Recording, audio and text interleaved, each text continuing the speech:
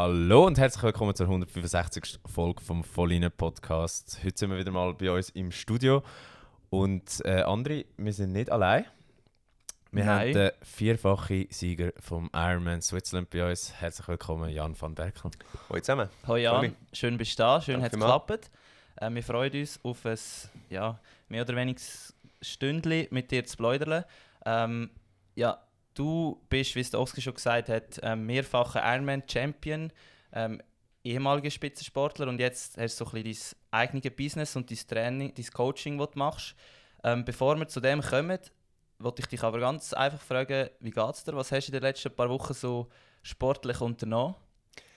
Ja, du kennst es ja mittlerweile, wie es ist. Es ist doch irgendwie ein langer Weg, den man hinter sich hat als Sportler, aber auch ein langer, den man vor sich hat. Und so die Transition so zwischen den zwei Karrieren ist sicher eine Herausforderung. Mit den letzten paar Wochen bin ich wieder ein bisschen zurück in den Sport gekommen. Ich habe das Cape Epic gefahren. Das ist lustig, das Cape Epic ist ein 8-tägiges Mountainbike-Rennen in Südafrika, wo man im Zelt schläft. Also man muss es nicht selber aufstellen und selber mitnehmen, aber es ist doch eine rechte Challenge. Und es war zwar wieder mal ein Rennen gewesen, also ich habe eine Startnummer getragen, aber es hat sich mehr wie ein Abenteuer angefühlt. Und das war mega cool gewesen. Das habe ich eindeutig gemerkt, dass ich nach wie vor so die Challenges, die Abenteuer brauche, und das hat mir das Cape Epic gegeben. Und nebendran, will man sagen, das Daily-Abenteuer mit zwei kleinen Buben daheim. Ich hatte gerade eine mega spontane Situation. Vor ein paar Tagen war der Jonas Baumann, der Langläufer, der jetzt zurückgetreten ist, bei uns auf Besuch gewesen. Der hat zwei herzige Mädchen, die sich deutlich besser benehmen als unsere zwei Buben. Und wo wir dann Tschüss gesagt haben, sind seine Mädchen eigentlich so zum Auto gelaufen und meine haben probiert, aufs Dach aufzusteigen vom Auto. Und das ist so, einfach so, jetzt gerade zum Zuhörer ein Bild zu geben, wie es gerade aktuell so ein bisschen in meinem Leben abgeht. Also langweilig wird das sicher nicht. Definitiv nicht. Also da muss man den Genotyp, der Sportler, drückt durch bei den Buben. Ja, und sonst, ich bin voll berufstätig in einem Start-up und gleichzeitig auch das eigene Business, im Sport-Ausdauer-Coaching ein bisschen aufbauen. Ja, ist mega cool, macht Freude.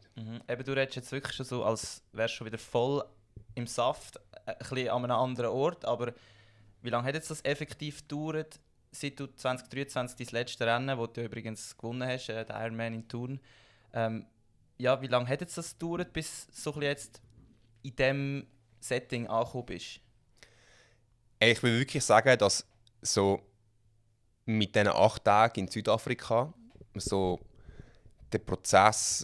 der Findungsprozess zu wer ich möchte sein, was ich möchte machen, so geschärft abgeschlossen ist er nie, oder? Ich meine, die Prozesse sind abgeschlossen, wenn wir irgendwann am Sterben sind, oder? Aber irgendwie dann, wie es zu einem Grad geschärft war, wo ich muss sagen, hey, jetzt weiss ich, wer ich bin, auch ohne Startnummer und Anzug, wo mein Name drauf steht. Wer bist denn du? Hey, ich bin jemand, der nach wie vor möchte etwas bewegen, wo mich möchte bewegen und ich glaube, wo einfach definitiv im Leben, sagen wir mal, den Wert von Gesundheit, Bewegung erfahren hat und das gerne mit Leuten teilt.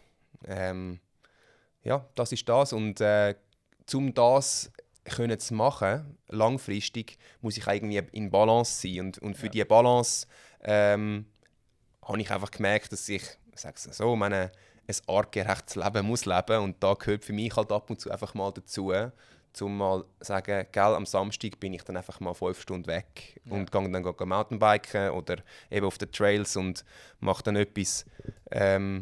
Es muss nicht extrem sein, aber es muss mich challengen in einer Art und Weise. Es muss auch keine Startnummer haben. Cape Epic hat jetzt eine gehabt, aber ich habe letztes Jahr an einem Lauf mitgemacht, irgendwie 5 Kilometer. Und klar, da kommt jeder so, der Van Berkel und so, dann gibst du Gas irgendwie. Dann merkst du einfach, dass der Körper nicht so reagiert, wie er könnte. Oder? Wir wissen, dass es ist, und alles gemacht hast, jede Minute nur für das gelebt hast, das ist das geilste Gefühl, wenn der Körper einfach so du kannst auf einen Knopf drücken und du weißt, da kommt das Outcome, oder? Und jetzt, mit dem 5 Kilometer da drückst du auf den Knopf, oder? Weil du genau weißt, oder? Und dann kommt halt nicht das, oder? Und das ist dann einfach irgendwie scheiße. Und das brauche ich aber auch nicht mehr. Irgendwie so. Ich muss nicht mehr das Rennen gewinnen. Ja. Aber einfach irgendwie gesund leben und ab und zu wieder mal an die Grenzen zu kommen. Glaubst du, ein Spitzensportler kann jemals in seinem Kopf abschalten und sagen, ich bin nicht mehr Spitzensportler? Weil ich merke es manchmal jetzt ein bisschen beim André, jetzt wo er zurückgetreten ist, er sagt mir ab und zu noch so, ja, weißt du, manchmal das Ding fehlt mir, das gewisse etwas. Und das spüre ich da jetzt in dieser Situation auch ein bisschen raus. Also wenn ich jetzt da sofort sage, nein, jetzt ist alles gut und so, das wäre voll gelogen, oder? Also, wir machen etwas, wo du musst mit mehr als einfach nur irgendwie eine Motivation zum Reich werden oder eine Motivation zum berühmt zu werden machen. Bitte, oder? Also, ich kann zwar keinen Ironman gewinnen und der ein oder andere kennt mich jetzt irgendwie in der Szene, aber ich werde jetzt am Flughafen nicht angesprochen von der Masse. Ich kann immer normal noch, irgendwo am McDonald's anstehen und komme nachher nicht im Blick, wie irgendwie so, der Spitzensportler da geht noch gleich sich vergiften, oder? Irgendwie, von dem her, hey, weißt du, die Achterbahn von Emotionen, die Spannung, ich weiss es noch ganz genau, das gab vielleicht jetzt ein bisschen länger die Antwort, aber am letzten Tag von meiner Karriere, am Sonntag, 9. Juli in Thun, am Abend vorher, bin ich im Hotel gewesen, und dann habe ich da auf den Sonnenuntergang auf dem Stockhorn geschaut und so das Licht und alles, eben so einfach so, hey, ich bin mit jeder Zelle angespannt, mit jeder.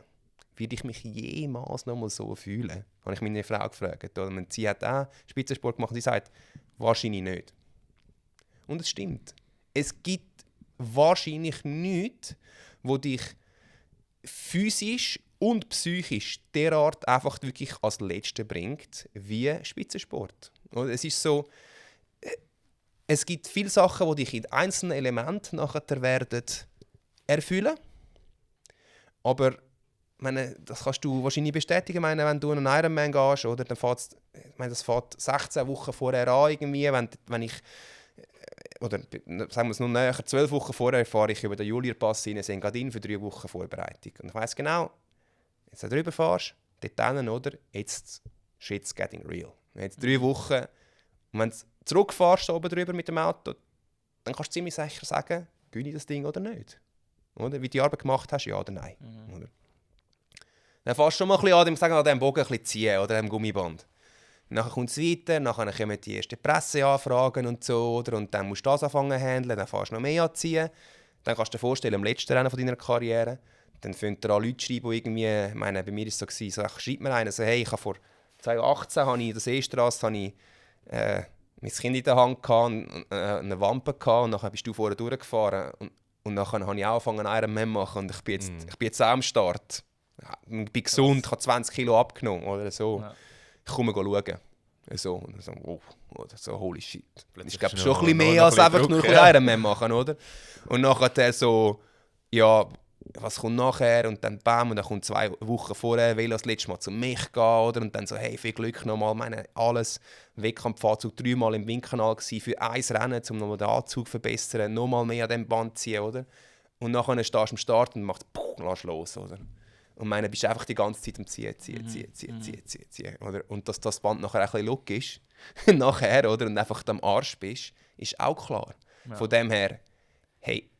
Also du hast in dem Fall akzeptiert, dass das nie mehr wirst haben, das Gefühl? Hey, voll. Weißt, irgendwie, ich renne dem auch nicht hinterher. Ja. Ich glaube, das ist mega wichtig, ich es dürfen erleben und ich bin wahnsinnig dankbar dafür. Aber ja, weißt du, wenn du irgendetwas im Hinterher rennst, dann verlierst du sowieso immer. Oder? Meine Frau hat gesagt, mach den Rücktritt nicht abhängig vom Resultat. Und das war das Beste. Ich habe gesagt, ich höre auf. Ich wollte mit dem Sieg aufhören, aber ich höre auf. Oder? Und dann war es so, am Samstag vorher ein Zeitungsartikel und ich weiss, das war mega schön. Er hat gesagt, hey, zuerst hat er mal alle meine Niederlagen aufgelistet. Okay. So, geil, oder? Merci. Also, danke vielmals, oder? Und dann hat er gesagt, weißt du was, und eben, eigentlich bei seiner Karriere macht es gerade Sinn, so anzufangen. Irgendwie so, weil das zeigt, was er für einen Weg gegangen ist. Und dann so, am Schluss war seine Karriere ist ein bisschen ein Beweis dafür, dass man manchmal mehr erreichen kann, als man sich selber zutraut. Wow. Oder? Und Aber dann das ich ist so, irgendwie wow, sehr- oder? Und dann so, Ja. hey, wenn ich das machen konnte, meine, Ja. I'm fine, oder? Ja. Voll. Wenn Das ich, klingt sehr so, gut, oder? ja. Voll geil. Mhm. Und dann war es so, ja, ob jetzt 3 oder 4 Mal gönnst. Also, ja, morgen ist definitiv nicht egal. Also, ich Klar, will ja. mit 4 Mal Ja, gönnen aufhören. Aber okay. übermorgen oder in einer Woche, oder? Mhm. Und darum, ich laufe dem überhaupt nicht her. Ich konnte so schöne, erfüllte Karriere können haben. Ich habe meine Freunde, meine Frau und alles entdeckt durch das. Hey, Geil, wirklich. ja. Also weißt Das du, I'm klingt- fine. Also weißt du, voll und hey, also jetzt im Nach ist auch, ich habe auch voll kein Problem, jetzt irgendwo wieder auch unten anzufangen. Also weißt, ich muss nicht überall kommen, hey, jetzt, ich bin übrigens der Jan, oder ich habe 4 Mal gewonnen. Hey, weißt du, dass es mir irgendwo Türen öffnet? Meine dir jetzt auch, oder? Also, meine, wir reden gar miteinander irgendwie auf der gleichen Wellenlänge. Oder? Ja. Wir haben Spitzensport gemacht und das ist ja mega cool, dass es irgendwo doch immer wieder Türen öffnet. Mhm. Aber dass wegen dem immer muss speziell behandelt werden. Ja. Nein, also. Okay. Ja. Ja, du bist definitiv schon weiter als ich, aber wir reden dann ein anderes Mal zusammen mehr über mich. Vielleicht zum noch schnell das Intro, das jetzt ziemlich lang gegangen ist, aber sehr schön war, abzurunden, wollte ich eine Frage an dich stellen, und zwar, Also es ist nicht nur eine Frage, es ist eine wirkliche Diskussion, die wir zwei Oh, hatten. okay. hast du auch das Gefühl, dass der Ironman der neue Marathon ist? Im Sinne von, ich würde sagen, vor 20 Jahren haben die Leute noch so ein bisschen, die ambitioniert waren, Breitensportler haben gesagt, ich will mal einen Marathon machen. Und heutzutage hast du irgendwie das Gefühl, jeder, der ein bisschen ambitionierter ist, kauft sich ein TT-Velo, einen geilen Schwimmanzug etc. und will einen Ironman machen. Siehst du das auch ein bisschen so? Ja, 100%. Also, ich meine, das ist auch mein Business Case gewesen. Ich meine, als Athlet, oder, dass du mit mir hast keine Cola-Werbung machen, aber Breitling, oder? Weil jeder irgendwie so oder ein besser verdienender Ausdauersportler hat dann schnell einmal gesagt, hey, ich will mal einen Ironman machen und nachher der mal mit dem Jan zusammen Velo fahren oder so. Von dem her 100%.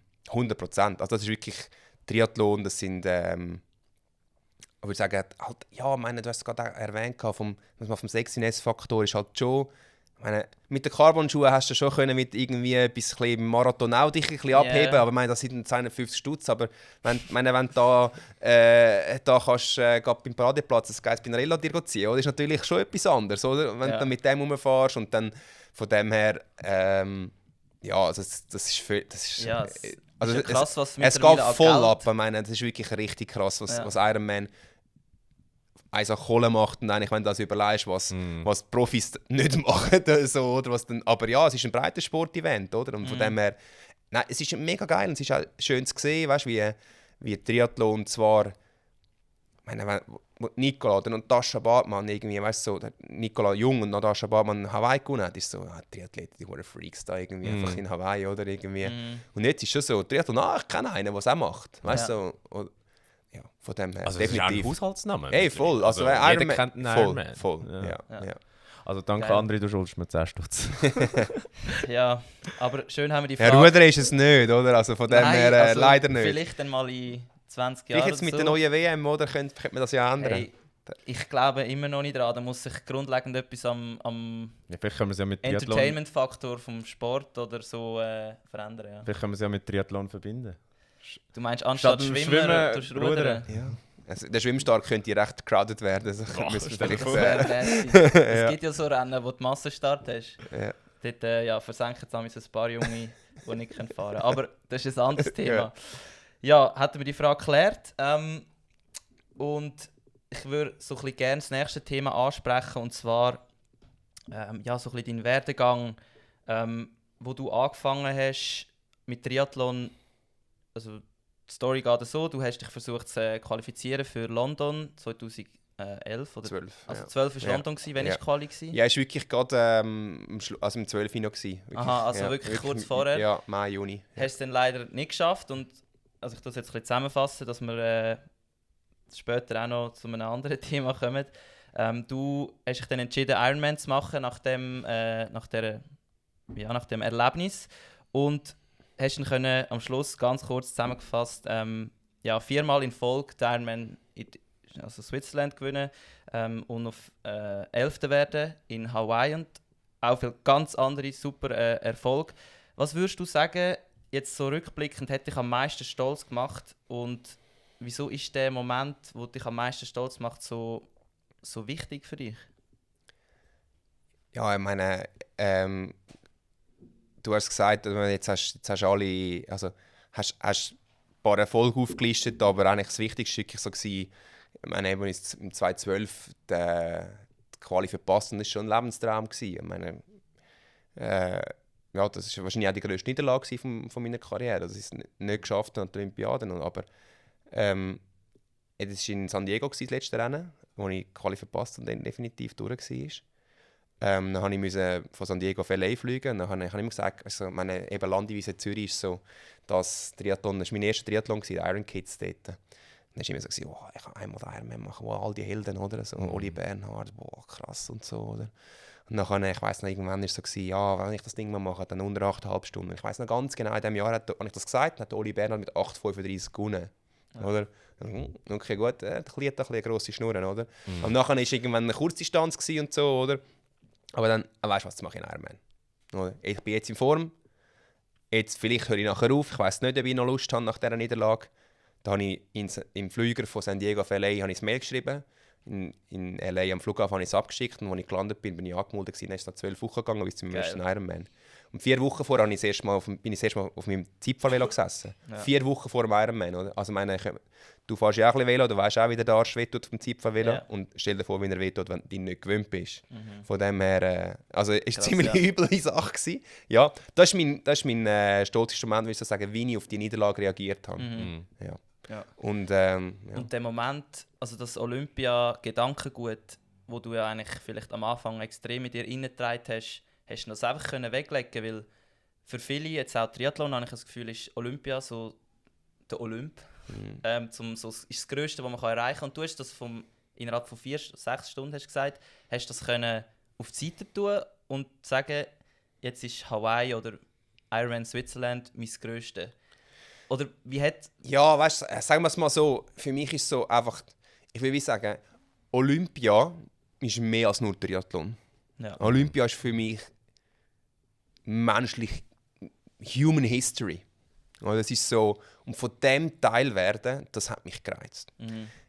Jeder, der irgendwie eine Ahnung hat von Sport, hat eigentlich gesagt, Jan, du musst in die Langdistanz. Mir hat mal ein Coach gesagt, you can't fit a square pig in a round hole. Oder also ein viereckiges Schwein nicht in ein rundes Loch hineindrücken. Oder so. Und dann so, ja, aber ich will die Olympiade. Punkt. Oder? Und dann war es so, ich will es mal so sagen, der Traum von Ironman, Hawaii, weißt du, die Lava-Wüste, der Queen K, der Ali Drive, das war alles in mir drin gewesen. Das habe ich als Kurzdistanzathlet, das viele andere so, ja, ich habe das immer verfolgt. Das war immer in mir drin gewesen.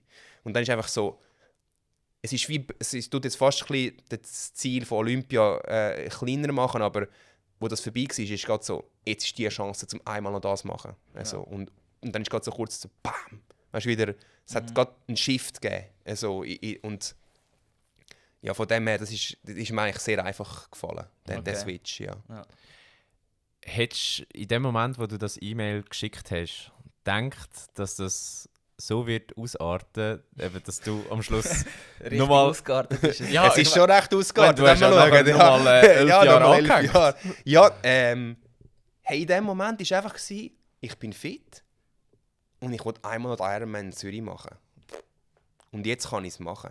Es ist so, manchmal muss es auch ein bisschen so sein als Sportler. Ich bin ja dann im 15 zuerst mal auf Hawaii gegangen. Und genau gleich im 15 bin ich im Schwimmausstieg in Hawaii umgeknickt, habe mir die Bänder angerissen. Ich konnte fast nicht draufstehen, in der Wechselzone kumpelt und alles, einen Marathon spaziert. Ich habe gesagt, hey, ich weiss nie mehr, ob ich noch mal da bin. Yeah. Ich mache das Ding jetzt fertig. Also hast du so heimgelaufen und alles, oder? Aber hey, kann ja sein, dass etwas passiert irgendwie, dann kannst du nie mehr Triathlon machen, oder? Und jetzt mache ich das. Von dem her, hey, in dem Moment, so ausartet, never, oder? Ich meine, vor allem, ich bin dann gerade Zweiter geworden irgendwie und dann so, oh, holy shit, jetzt ist der next big thing, oder? Und ich natürlich auch, oder? Jetzt nächstes Jahr gewinne ich und dann zack, nächstes Jahr zusammengelegt, oder? Ja. Weil, und dann Ironman, der lehrt die aber dann doch ab und zu mal noch die eine oder andere Lektion von dem her.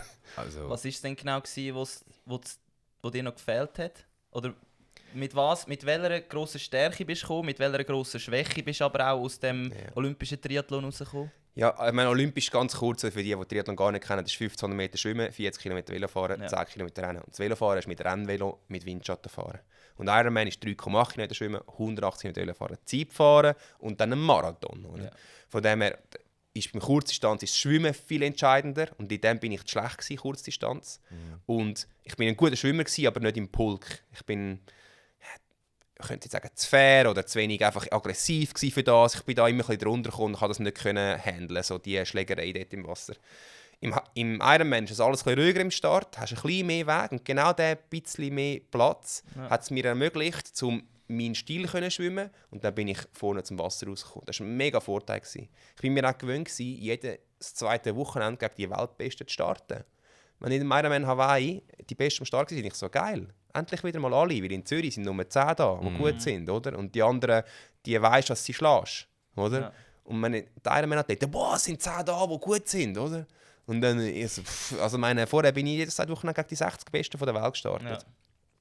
Und was mir klar gefehlt hat, ist Wissen und Fähigkeiten auf dem Zeitfahrvelo. Ich war punchy, aber nicht. Und dann im Marathon, ich hatte eine Grundgeschwindigkeit gehabt, aber einfach auch eine Fettoxidation, die absolut nicht nötig, wo ungenügend war. Ja. Und was dann geswitcht hat, und dann von dort 2012, zweite, dann 13, 14, 15, 16, 17, oder 6 Mal gestartet. Krass. Und jedes Mal eigentlich am Start gewesen und gesagt, oder im Ziel so, das Ding kann ich gewinnen. Ja. Heute habe ich es nicht gewonnen, aber ich kann es gewinnen. Und also irgendwann haben sie mir gesagt, ja Bro, jetzt solltest du mal liefern, oder?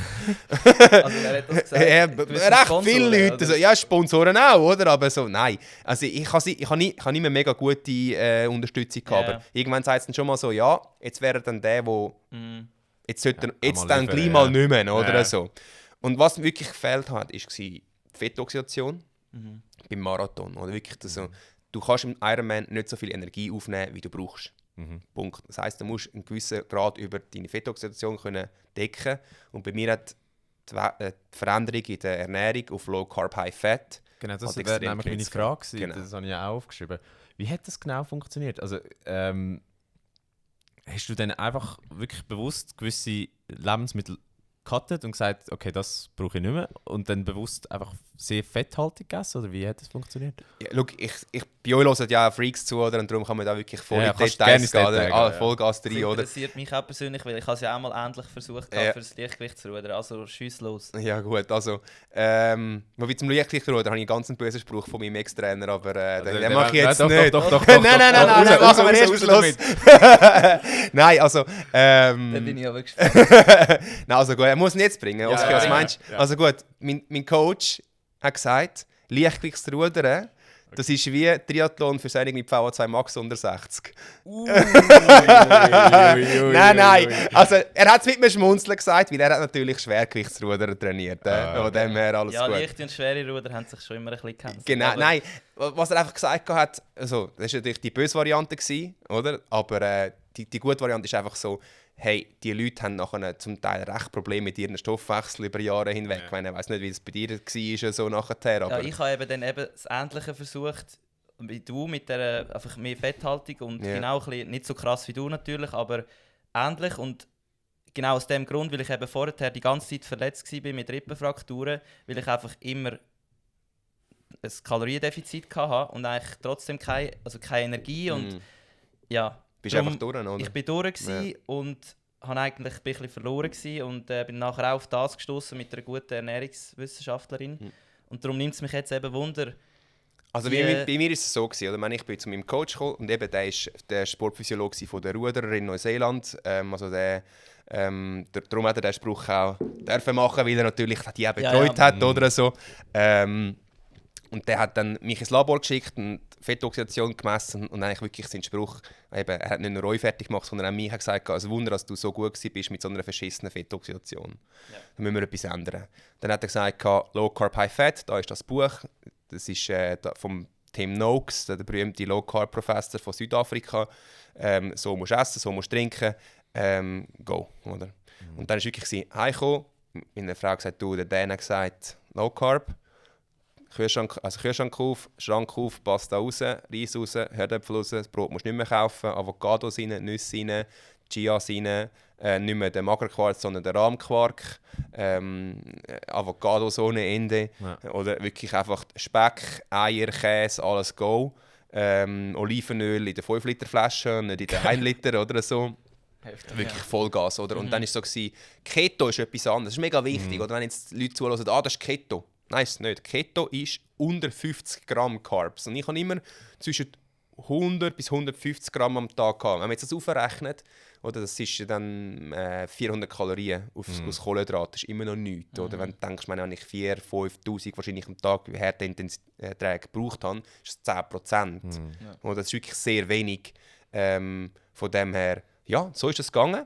Im ersten Jahr bin ich ein bisschen besser gewesen, aber du hast natürlich schon auch, was viele Leute davon abhalten, ist, du hast schon auch ein kleine Einbußen, oder? Du hast schon nicht mehr die Carbs, die halt super Benzin, die dich pusht. Und darum denke ich jetzt mal, vor allem für Rudern, wenn jetzt nachher versuchst, eben wenn du die paar Minuten hochintensiv musst leisten musst du dann sehr gezielt die Carbs dann zuführen. Und dass du das ganz gut machen kannst, ist wirklich, es braucht eine wahnsinnig gute Guidance, oder? Ja. Bei mir war es so, ich habe angefangen mit Low Carb, High Fat, dann die sogenannte metabolische Flexibilität mir antrainiert.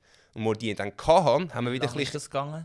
Ich würde sagen, so nach einem Jahr war es wirklich, wirklich gut gewesen. Okay. Oder? Beim ersten Ironman, wo ich wirklich gut war, war ein halbes Jahr nach der Adaption gewesen. Also. Und dann ist schon gemerkt, bin ich los, ich weiss noch genau, Südafrika Ironman, ich meine, alles anders gemacht. Ich meine, einen Winter lang auf Schoki und alles verzichtet, oder? Und dann bin ich losgerannt am Ironman, oder? Ich habe genau auch verschissen gefühlt nach dem Velofahren. Ich so, ja, jetzt hast du einen Winter lang auf all das Zeug verzichtet, dem Neuseeländer da dein Leben anvertraut, oder? Und jetzt ist genau gleich scheiße wie vorher, oder? Und nachher weitergerannt, ja, die zweite Hälfte plötzlich einfach nicht langsamer geworden. Okay. Dann so, das ist noch geil eigentlich, oder? So, okay. Und dann Marathon-PB gemacht. Und am Schluss von meiner Karriere habe ich wieder ein bisschen mehr Carbs introducen, weil ich die metabolische Flexibilität schon hatte. Oder, also jetzt beim Preloaden oder im Rennen selber? Immer. Also im Rennen sowieso. Im Rennen habe ich Carbs genommen. Yeah, ich meine, das ist Formel-1-Benzin, das nimmst du, oder? Yeah. Aber ich konnte mehr auch im Alltagstraining wieder nehmen. Darum auch die Intensitäten dort und da besser fahren, oder? Yeah. Und ich bin am Schluss meiner Karriere, die letzten 10 Kilometer, wahrscheinlich einer der schnellsten, wenn nicht der schnellste weltweit gewesen. Also, oder, ich meine, es ist einfach mental so geil, wenn du auf einem Rennen bist, oder? Und dann ist es so, jeder weiss, wir müssen den Jan abhängen. Wie wenn er dabei ist, lange es nicht, oder? Ja. So. Und das ist mental, so ins Rennen gehen, ist verdammt geil, oder? Also, ja. Hat es eigentlich im Kopf nie etwas gemacht? Also, ich frage, weil man sagt ja oft, wenn man Carbs sehr stark reduziert, oder das Hirn funktioniert ja auch über vor allem Glucose. Hast du da nichts gemerkt, so an Einbußen? Oder? Ja gut, sag's mal so, ich bin intellektuell nicht tätig in meiner Karriere, darum hat man es vielleicht nicht gemerkt, aber nein. Als erstes Mal, man sagt ja genau auch das Gegenteil, wenn man mega Zucker immer nimmt, also es ist ja der klassische Fall so am 4 oder an alles so langsam ein bisschen, so, und dann anfangen die M&M's essen so, oder irgendwie, dass auch ein bisschen weniger ausgeglichen bist, aber hey, ich kann mich noch an einen Ride erinnern, wo ich wirklich das erste Mal im Trainingslager war, mit Low Carb und mein Körper noch nicht so adaptiert war. Also, da habe ich schon schwarz-weiß gesehen. Dann habe ich Nüsse gegessen ohne Ende, oder, wo dann Fett geben, oder? Aber mein Körper hat nicht gewusst, was mit dem machen. Oder? Dann war es schon so ein bisschen strange gewesen, aber ich würde jetzt mal sagen, mir gibt's mehr Ausgleichheit. Also, weißt, du kannst es so sehen, mit dem Low Carb High Fat hast du einen konstanten Energiefluss. Oder? Und das heisst, vielleicht hast du das mega high nicht, wo gewisse Leute haben, wo du aber eigentlich immer durch etwas, was später kommt, erkaufst. Ja. Oder? Also ein Red Bull. Oder hast du einfach allgemein Koffein. Oder? Du erkaufst dir etwas, einen Boost Ein Spike mit etwas, was nachher kommt, oder? Mit einem Defizit nachher. Darum, ich bin mega ausgeglichen, auch mental so. Wegen dem habe ich das Gefühl, konstante Energie. Hättest du in dem Fall wegen dem Red Bull nie können als Sponsor nehmen? Ja, ich meine, es hat tatsächlich, also du lachst jetzt, aber ich meine, es ist tatsächlich so. Ich meine, ich habe, es limitiert die möglichen Sponsoren, oder? Ich bin Sponsorathlet von der Ernährung in der Flasche drin und die haben auch viele andere Produkte gehabt und die haben natürlich dann gerade auch gesagt, hey, es ist für uns mega spannend, auch so einen Athlet zu unterstützen und auch den Leuten, die so essen wollen, zu zeigen, dass unsere Kollektion ihnen entspricht. Oder? Von dem her, aber das ist völlig ist richtig, hättest du oder? das Wasser rein tun, wie es die meisten machen? Ja, ich tue jetzt da nicht irgendwelche Leute unter den Bus rühren, aber sag es mal so. Ich habe es mal gehört. Ja, du... Das gehört jetzt ein Business dazu. Manchmal ist es ja auch, wie sagt man, Entertainment, oder? Genau. Das sowieso. Ja, eben, jetzt haben wir viel über den Körper geredet, das andere ist natürlich der Kopf. Und ich würde jetzt mal behaupten, du hast einen Sportart gemacht, wo recht viel... 8 Stunden lang kannst du viel denken. Ja. Durchhaltevermögen verlangt. Was war eigentlich dein Trick gewesen? Wie hast du eben für 8 Stunden deinen Kopf können bei der Sache behalten? Hey, schau, um eine differenzierte Antwort zu geben, was du gesagt hast, so meine... Also einerseits ist wirklich 8 Stunden lang die Konzentration hochzuhalten. Das braucht wirklich, das ist auch wieder das mit dem am Seil ziehen, am Gummi ziehen und den Spannen oder den Bogen spannen. Von dem das habe ich immer nach dem Rennen gemerkt. Also ich habe meistens so 2, fast 3 Wochen nach dem Rennen haben wir so Schlafstörungen gehabt, wirklich nicht können richtig pennen. Und jetzt nach Thun, nach dem letzten Rennen sowieso noch länger oder so emotional auch durch war. Und also das eine, was es mit dir macht, ist, du hast sehr viel Zeit, um über dich und über Sachen nachzustudieren. Also ich habe das Gefühl, ich bin durch meinen Sport recht selbst reflektiert worden. Ja. Also ich habe einfach viel Zeit gehabt, um über Sachen nachzudenken, oder? Und, so. Und das hilft schon mal. Einsamkeit ist eine recht hohe Form vom Sein, würde ich mal so sagen. Ja, okay. Also weißt du, du lernst dich gut kennen und musst dich akzeptieren, wie du bist und dann Sachen durchlaufen. Und das andere ist, meine, eben, hey, du hast 8 Stunden, du hast keine Sekunde, ist dir langweilig. Und du hast einfach, für mich war es so, die guten Rennen bin ich on task gewesen, die ganze Zeit voll. Oder? Ich musste richtig essen, richtig auf dem Velo sitzen, den richtigen Abstand haben, die richtige Power fahren, die richtige Kadenz fahren, mich richtig fühlen. Also das alles hey, voll, oder? Ja. Und wirklich einfach der Zyklus, oder, wo einfach die ganze Zeit durchgeht. Fühle ich mich so, wie meine Zahlen sagen, sollte ich mich fühlen, so... Ist der Konkurrent dort, wo er sollte sein, ja oder nein? Von dem her, hey, also ja, ich kann mir einfach vorstellen, es gibt sehr oft die Teufel, die dann auch im Rennen wahrscheinlich bei dir gekommen sind und gesagt haben, hey, es ist zu hart. Oder meine Beine tun weh. Oder mein Fuß tut weh. Und ja, dann die immer wieder wegzudenken oder sagen, hey, ist alles gut, ich könnte gehen, ich habe es gehört.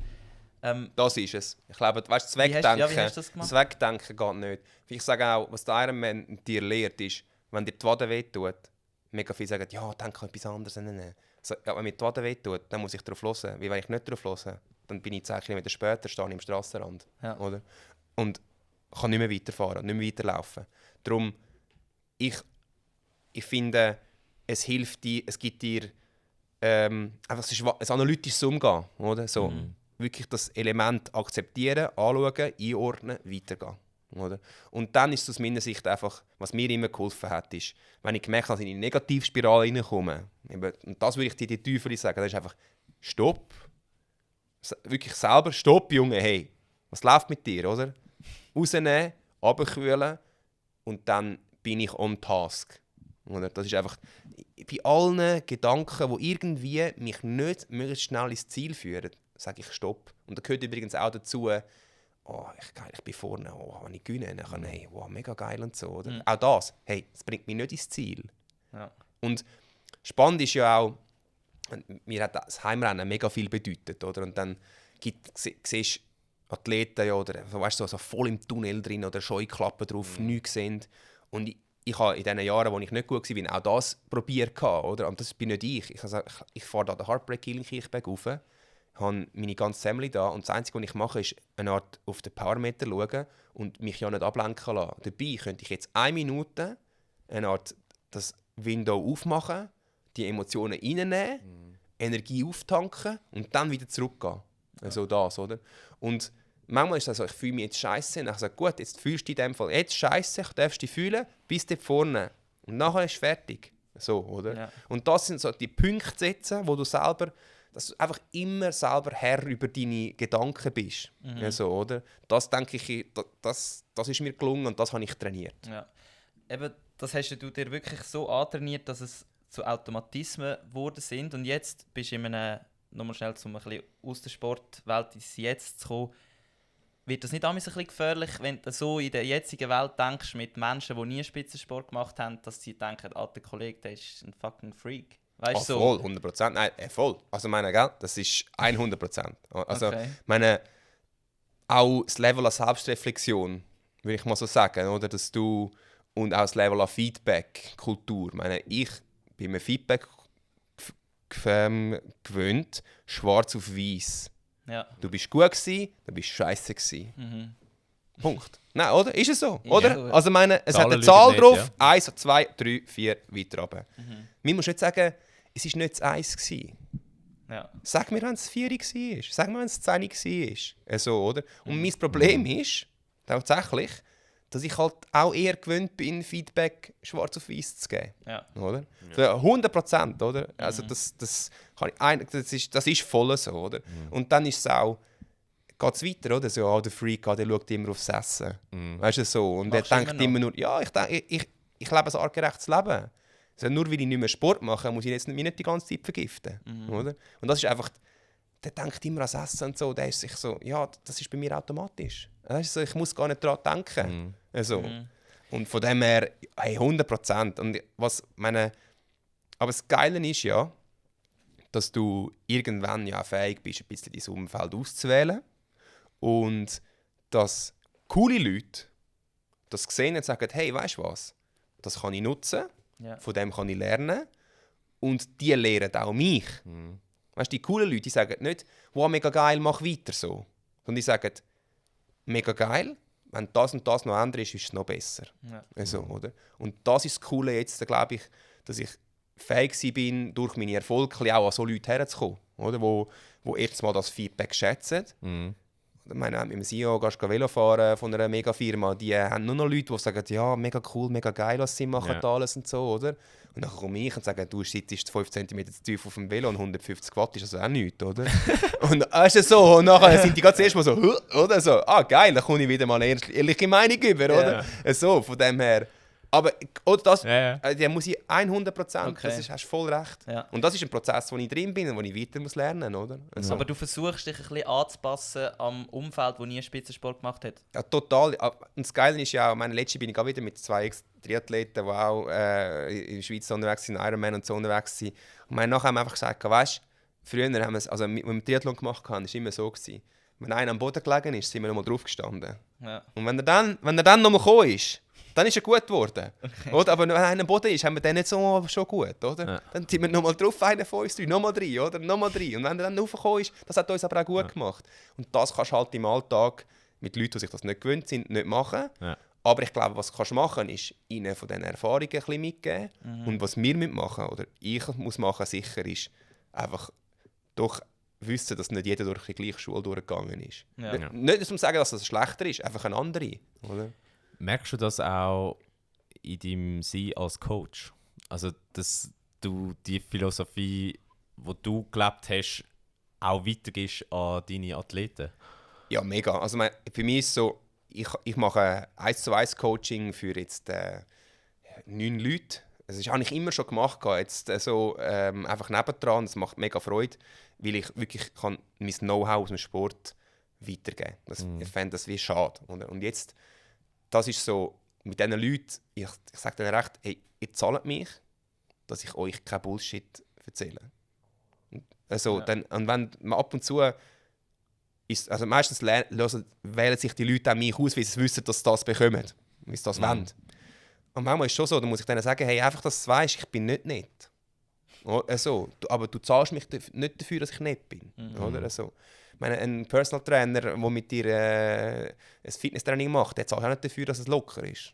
Oder? Dem, was das Richtige ist. Also, manchmal ist locker richtig. Und das ist auch so, wenn du Input A gibst, ist es beim Athlet 1 ist das Output A, beim Athlet 2 ist das Output B, Athlet 3 ist das Output C. Und das ist meine Aufgabe als Coach. Also ich weiss, welcher Input zu welchem Output führt. Oder? Und darum, mit gewissen Leuten, wenn ich so rede, wie wir untereinander geredet haben, die Profikollegen, ich meine, die sind nach 2 Wochen sind die kaputt, oder? Die trainieren sich zu Ende. Und andere, die kannst du ein bisschen dran nehmen. So, oder? Und das ist mega spannend. Ja. Und was ich jetzt auch mache, so, ist schauen, dass in meinem Coaching, es ist so viel Know-how im Spitzensport drin, aber die Sportler denken oft, ja, ich bin ja kein Coach, ich habe ja keine Zeit zum Coach und so. Und dann macht es irgendeiner, der irgendwann ein Kürzli gemacht hat oder so, und der getraut sich das. Oder? Und was ich jetzt mache, ist eigentlich, ich suche Leute, wo ich sehe, die haben Know-how, wo ich weiss, es sind gute Leute und enable die zum Coaches zu werden. So wie ich es war. Also, und so können sie sich etwas verdienen im Sport. Also, können weiter länger Profis sein. Ich meine, Geld verdienen ist, du musst irgendwie dein Leben zahlen, oder, als Sportler. Und als Triathlet ist das schwierig. Und im Sport hat es viel mehr Know-how, weil ich das in den Sport hineinbringe. So. Und für mir macht es mega Freude. Ja. Ja. Inwiefern ist denn der Coach Jan anders als der Athlet Jan? Also weißt so von den Grundprinzipien, hast du da irgendetwas geändert, wo du musst sagen, hey, jetzt bin ich nicht mehr der Athlet, jetzt kann ich das ändern, was ich schon immer gerne anders gemacht habe? Ja, prinzipiell ist es natürlich eine komplett andere Voraussetzung, wenn ein Athlet einen 100% Job und eine Familie hat, als wenn er einfach nur schnell sein im Triathlon. Bei mir ist das Low-Carb-Beispiel von vorher, das ich gegeben habe. Wenn ich einen Familienvater trainiere oder eine Mami trainiere, die nachher am Mittag muss für ihre Kinder kochen muss, dann kann ich der nicht sagen, koch für dich auch noch.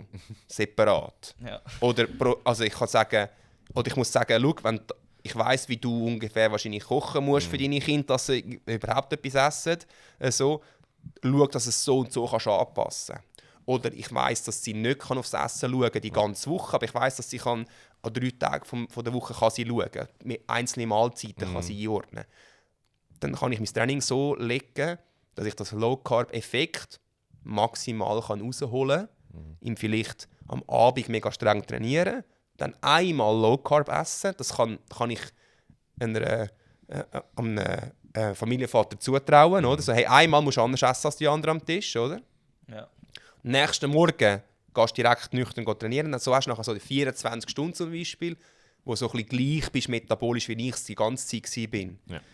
Das ist, also, ich bin definitiv anders. Die Grundprinzipien sind die gleichen, aber ich muss es applizieren zu anderen Leben oder? Und zu anderen Individuen. Und eben manchmal Intensitätsblöcke machen und manchmal einfach auch sagen, hey, look, ich weiss, ein Ironman ist ein Traum und in dem willst du gut sein, aber du kannst nur 10 Stunden trainieren pro Woche und du kommst ins Ziel, aber du wirst nicht in dieser Zeit ins Ziel kommen, wo du mir gesagt hast, warum dass du mich geholt hast.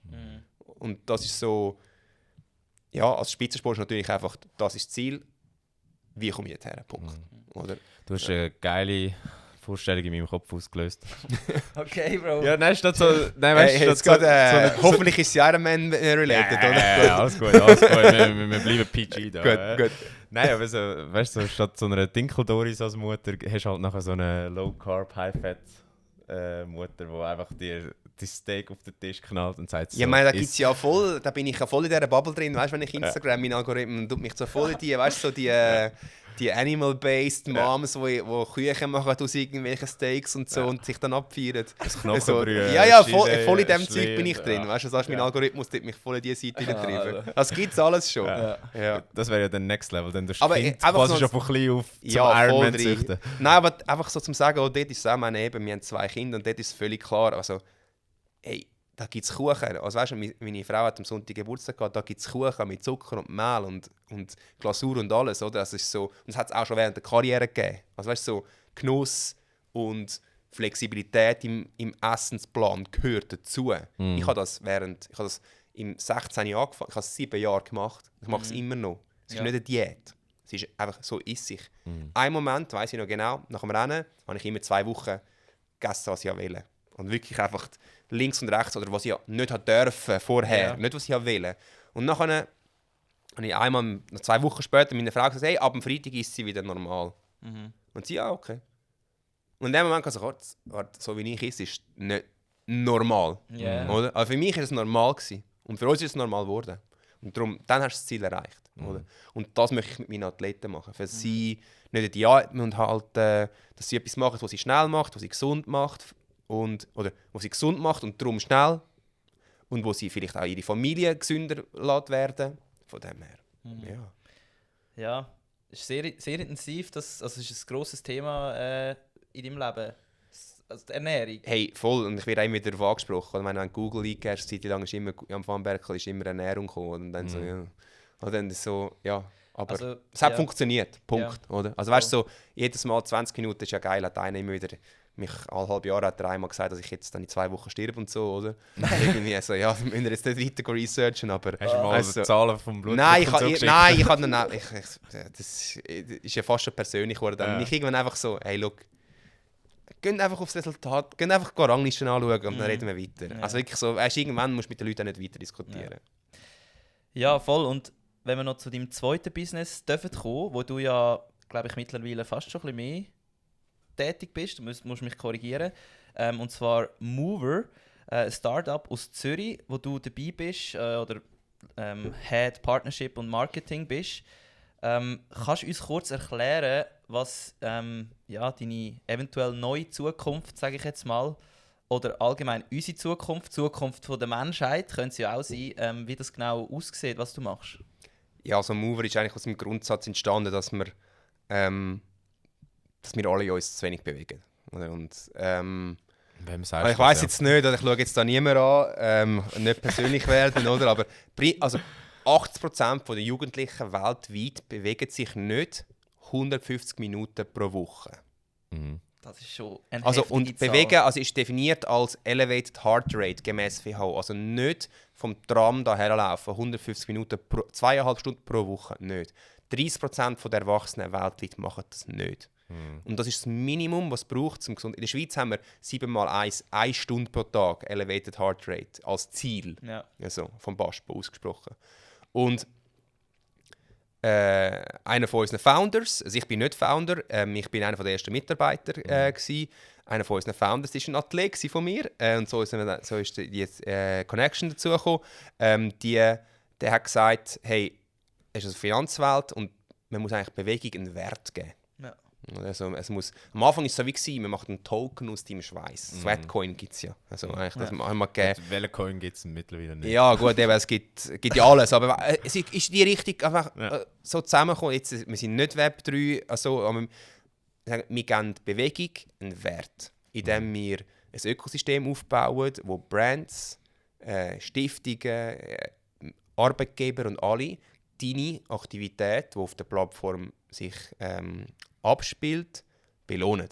Durch Moves. Wir heißen Mover und wir gehen Moves raus. Und mit den Moves kannst du nachher auf einem Marketplace dir etwas kaufen. Und wenn du einfach so jetzt dich, nicht irgendwie gerade jemanden hast, der dich jetzt da reinbringt, ein Arbeitgeber oder so, der dich speziell noch incentiviert, dann kannst du bei uns einfach mal so einen Grundstock immer ein bisschen verdienen, wenn du dich bewegst. Das müssen wir natürlich ganz gut handeln hindurch, dass sich das auch rechnet. Und du kommst etwas über und etwas kaufst bei unseren Partnern. Oder wir sind mit mehreren Brands am Reden und so. Jetzt zum Beispiel X-Bionic ist einer der Partner bei uns. Du kannst ein Shirt kaufen und dann, wenn du dich viel bewegt hast, kommst du einen grösseren Kickback über. Und wenn du dich nicht viel bewegt hast, kommst du halt wie bei Cumulus. Wenn du dich nicht bewegt hast, kommst du 1% über. Und wenn du dich viel bewegt hast, kommst du 5% retour über. Also fast ein bisschen gamifizierte Variante vom Sport. Genau, oder? Gamification von Bewegung, von Sport. Ich sage immer, wenn ich zum Brand gegangen bin, wann hast du das letzte Mal richtig viele Kinder von außen gesehen, rumlaufen bei Pokémon Go? Ja. Aber hast du draussen gesehen, weißt du, die sind rumgelaufen und überall rumhunten und so.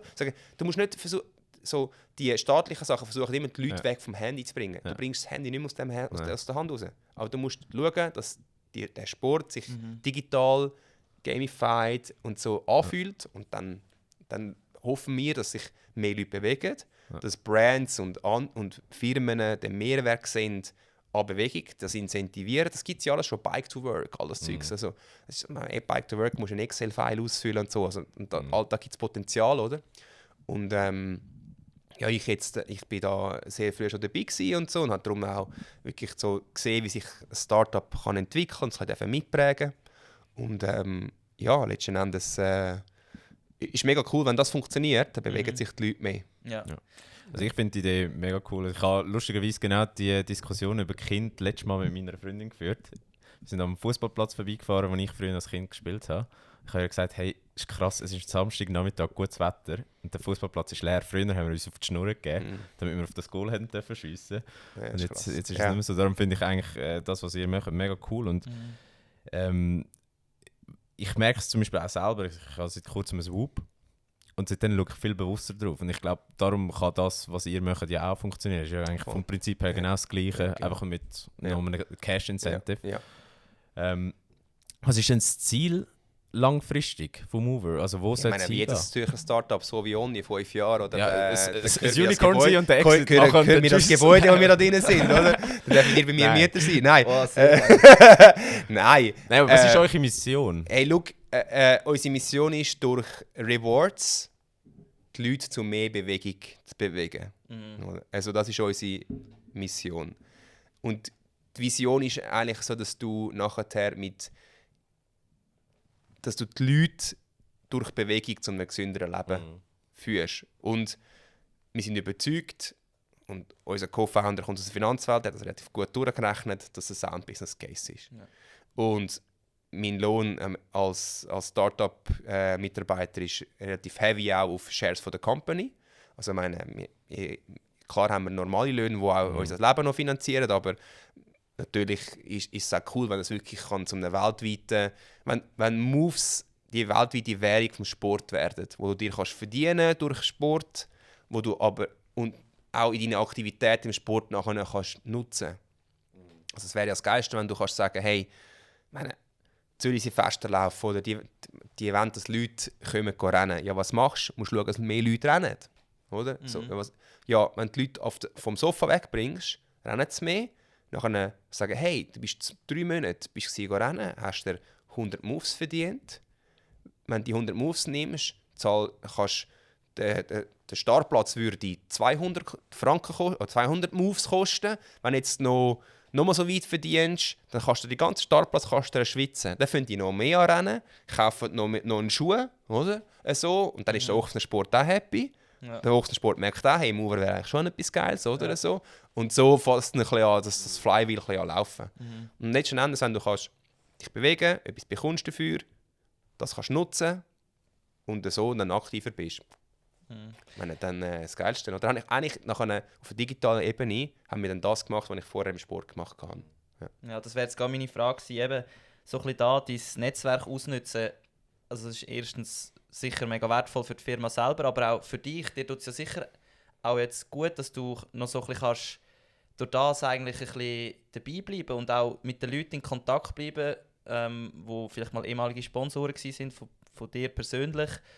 Ja, eben, ich glaube, das ist schon... Ist das auch ein Teil von dem oder ist das mehr einfach ein cooler Nebeneffekt? Ja, sag's mal so, irgendwie... Also erstens mal habe ich mit mega vielen coolen Leuten zu tun in meiner Karriere und das ist schön, dass man also ich hoffe, dass ich so oder so den Kontakt zu diesen Leuten nicht verloren hätte. Und jetzt ist es so, manchmal ist es so, hey, können wir noch rasch beruflich etwas besprechen? Ja. Also, und es ist dann auch, manchmal, wir sind auch ein Startup, wir machen auch Fuck-Ups, oder? Und dann ist es so, dann gehe ich zu einem ehemaligen Sponsor, der sagt so, der würde einem Startup, wie wir sind, mit 20'000 Nutzern jetzt, der würde nie einen Termin geben, oder?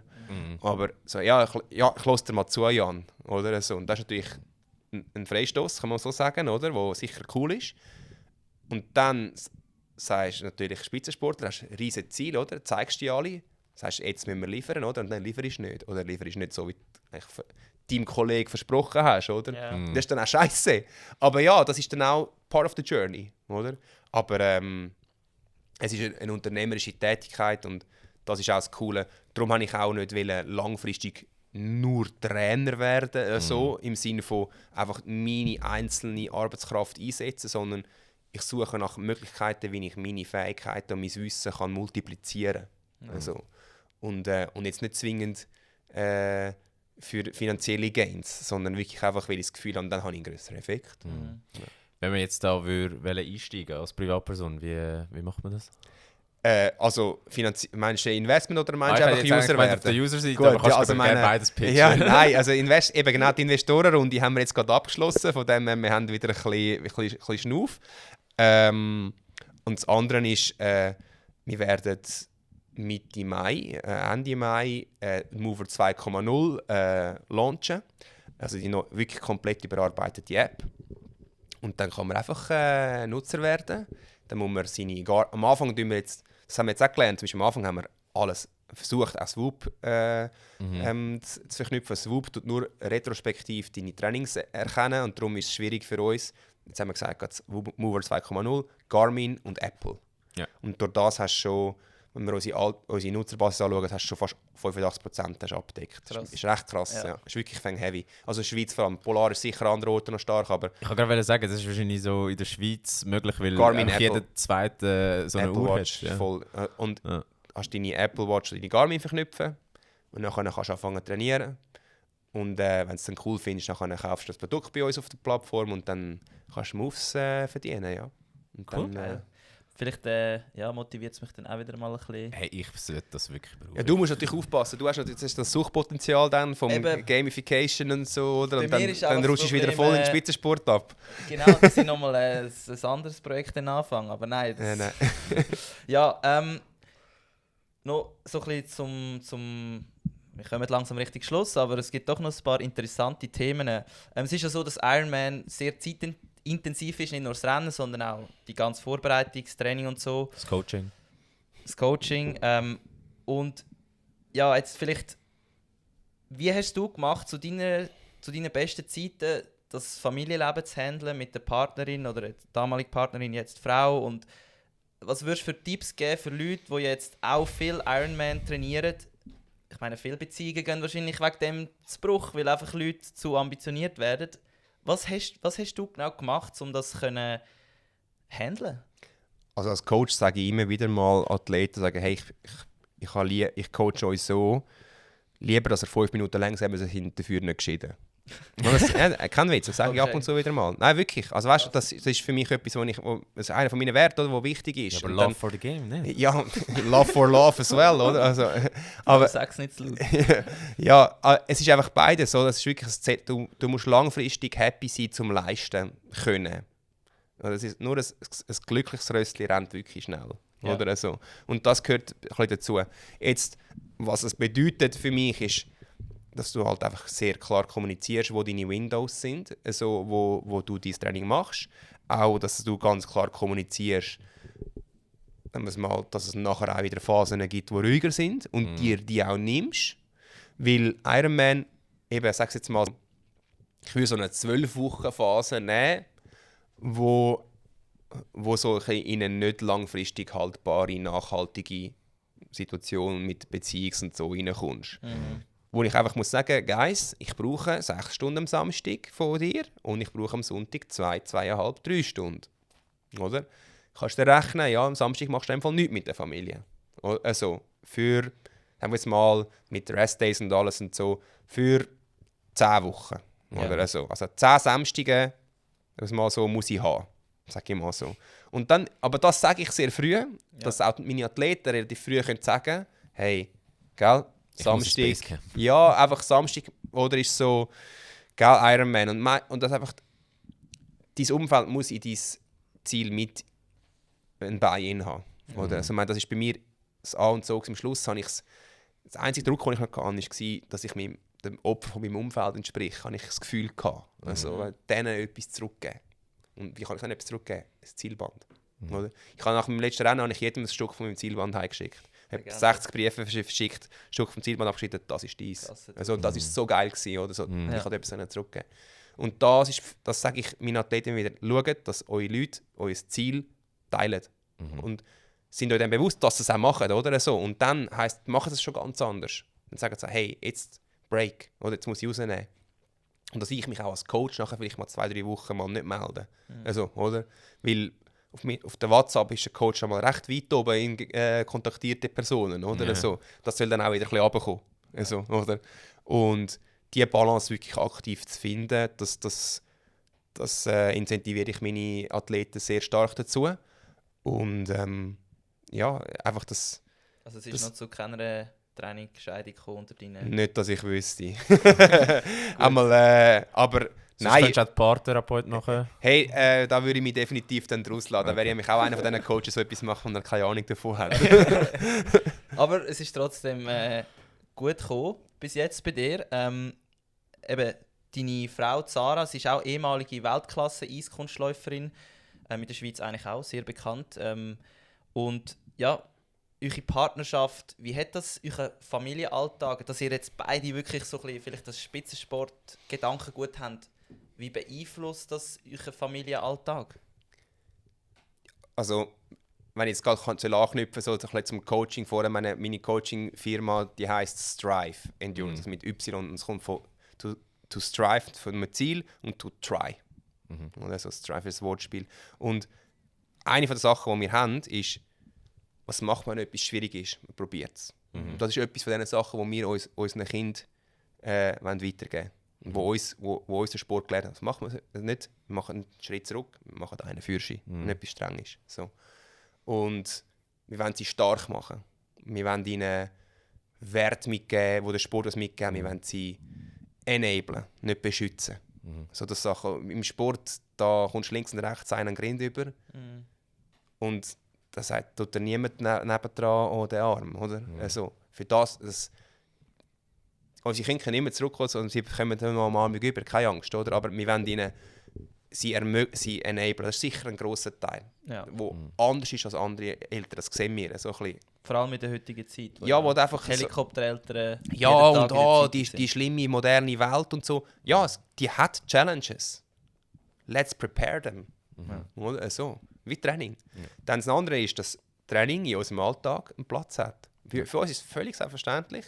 Wochenende, hey, ich habe dann mein Training und dann du dies.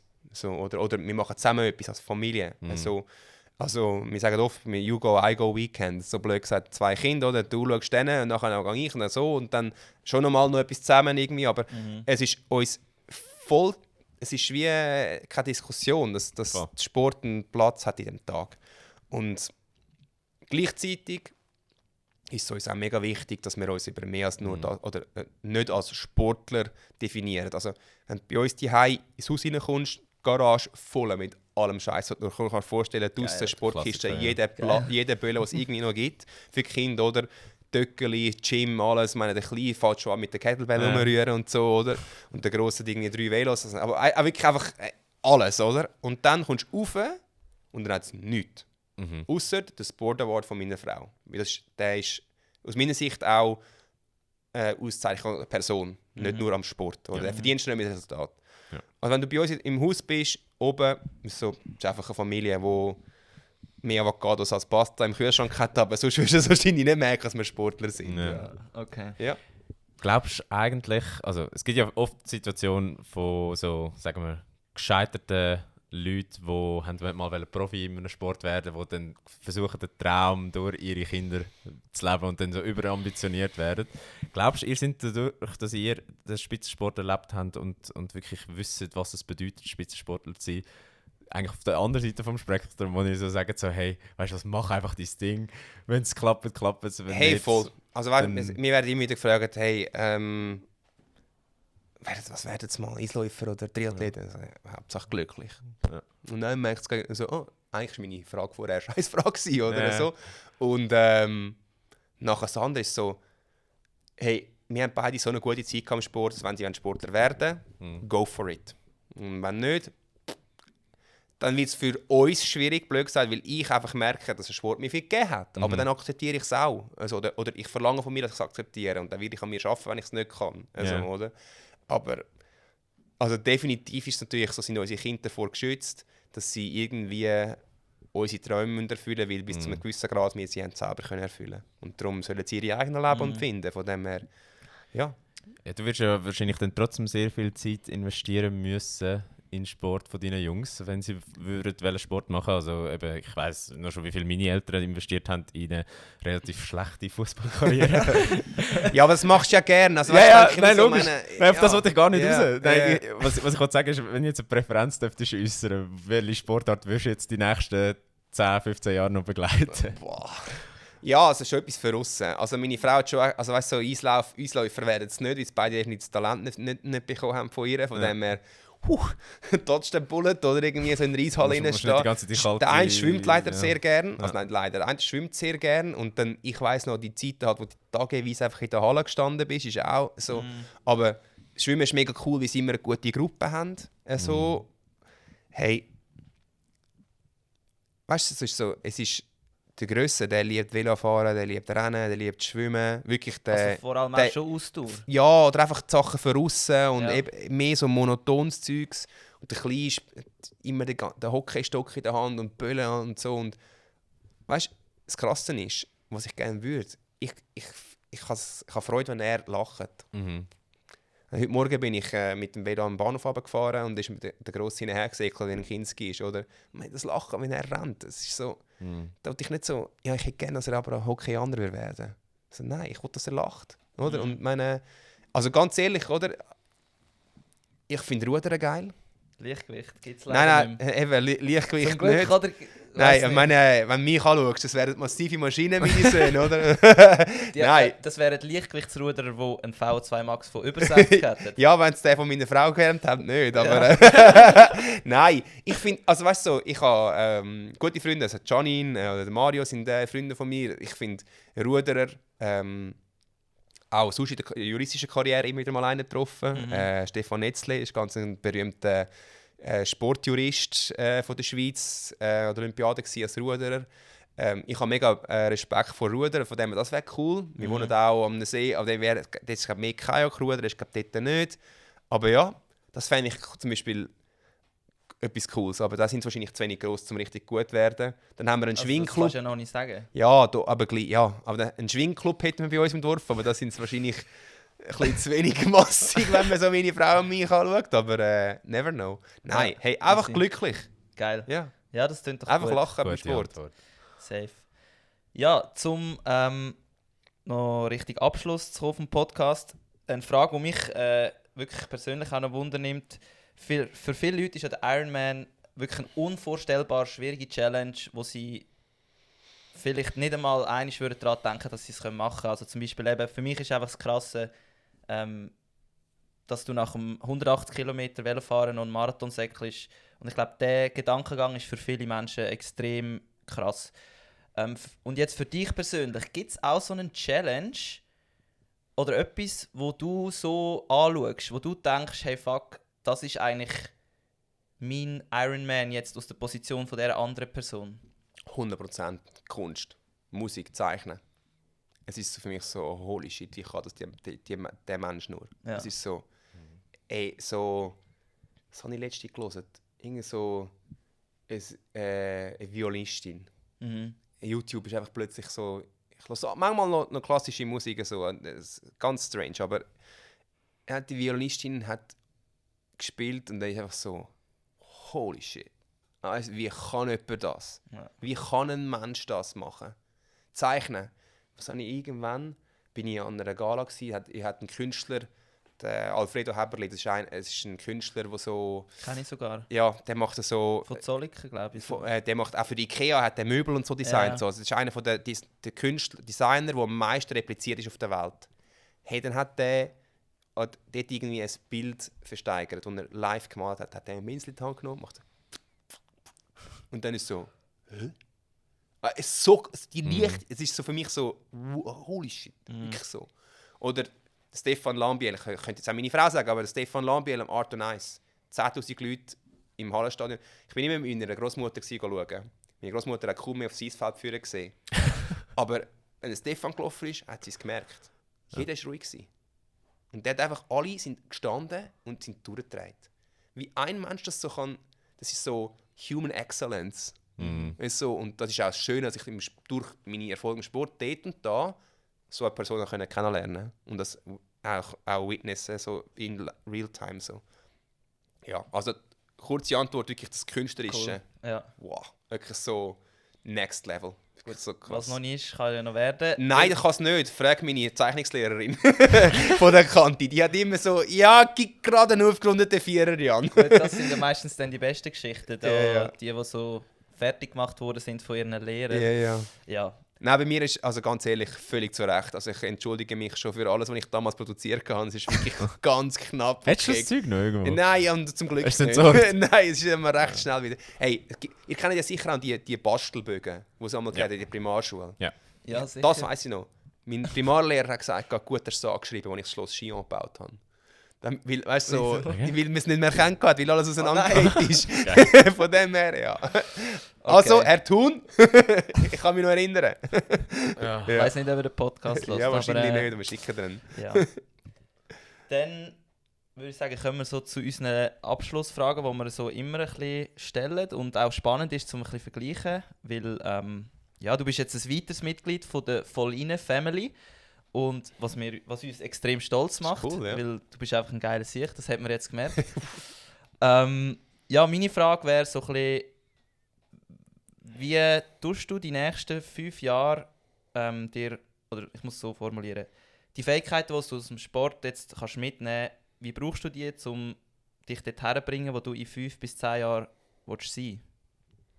Ich glaube, das A und so ist, dass ich die Selbstreflexion, die ich erwähnt habe, oder, dass mir die mir ermöglicht, mich konstant weiter zu verbessern.